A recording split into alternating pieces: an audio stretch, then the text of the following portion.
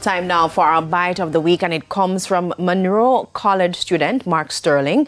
In expressing gratitude for the public's help in clearing a bill owed to his school, he's encouraging the public to help others in need. Here's our bite of the week.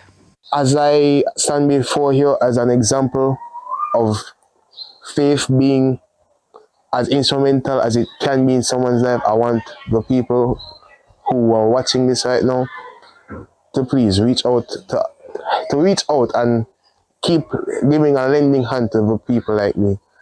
Because as I said before, this situation made me realize that I'm not the only one in a situation like this. So I'd like to thank you all once more.